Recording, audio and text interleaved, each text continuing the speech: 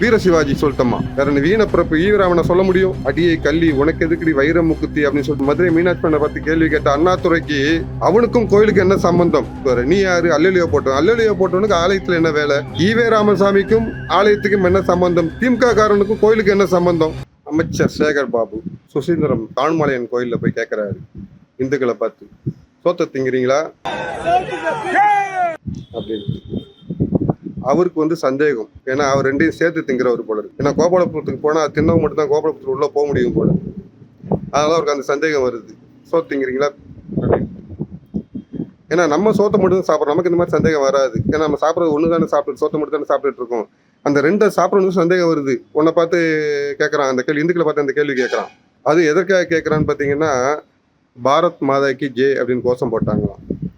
அந்த கோயில் தேர் பார்த்தீங்கன்னா தெரியும். அந்த தேருக்கு அடியில் அந்த தேரை திசை நிறுத்துறதுக்கும் சரி, அதை திருப்பதுக்கும் சரி முட்டு கொடுக்கணும். ஒரு இதை வச்சு ஆப்பு வச்சு இது பண்ணுவாங்க. வலிமையான ரொம்ப பெரிய தேர், அது வலுவானதை தான் பண்ண முடியும். அந்த டைம்ல தமக்கு உற்சாகம் கொடுக்கறதுக்காண்டி ஓம் காளி ஜெய் காளி பாரத் மாதாக்கு ஜெய் அப்படின்னு கோஷம் போட்டு அந்த திருப்பி விடுவாங்க, தேரை தள்ளுவாங்க.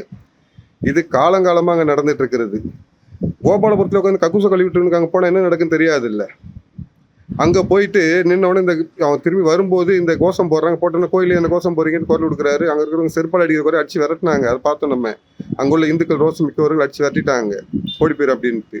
ஆனால் அவங்க கேட்ட கேள்வி இருக்கு பார்த்தீங்களா, அது சோத்துல உப்பு போட்டுங்கிற ஒவ்வொருத்தருக்கும் கேட்ட கேள்வி, இந்துவை பார்த்து கேட்ட கேள்வி. சோத்துல உப்பு போட்டுங்கிற ஒவ்வொரு இந்துவை பார்த்து கேட்ட கேள்வி அது. சோத்துங்கிறீங்களா அப்படின்னு சொல்லிட்டு.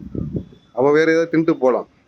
அவன் கேட்குறான், கோயிலுக்கும் இதுக்கும் என்ன சம்பந்தம்? பாஸ்டரோட பையன் மனோ தங்கராஜுக்கும் கோயிலுக்கும் என்ன சம்பந்தம்? அவர் ஏன் கூட கூப்பிட்டு வர்ற?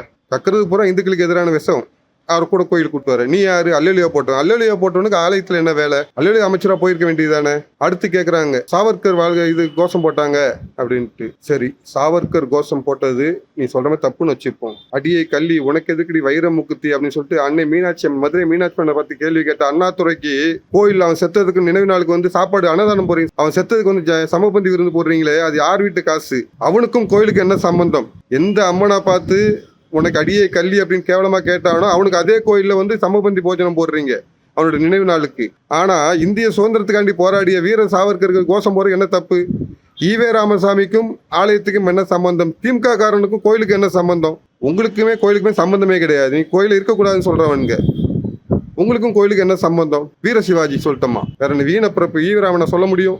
நான் எவனா ஒருத்தர் என் பிள்ளைய ஈவே ராமசாமி வளர்ப்பேன்னு சொல்லுங்க, அதெல்லாம் சொல்ல மாட்டீங்க. ஆனா நாங்க சொல்லுவோம், வீர சிவாஜி மாதிரி என் பிள்ளைய வளர்ப்போம், சாவர்கர் மாதிரி என் பிள்ளைய வளர்ப்போம் அப்படின்ட்டு. அப்ப என்னால் என்னுடைய முன்மாதிரியை பார்த்து நான் கோஷம் போற உனக்கு என்ன இங்க வலிக்குது? ஆனா இதுக்கெல்லாம் காரணம் என்னன்னா, இந்த மாதிரி ஈனப்பிறப்புகள் ஓட்டு போட்டவங்க பார்த்தீங்களா, அதுதான் குமரி முனையில் பற்ற வைத்த தீ கோட்டையில் இருக்கும் திராவிட ஆட்சிகளை எரித்து பொசுக்க வேண்டும்.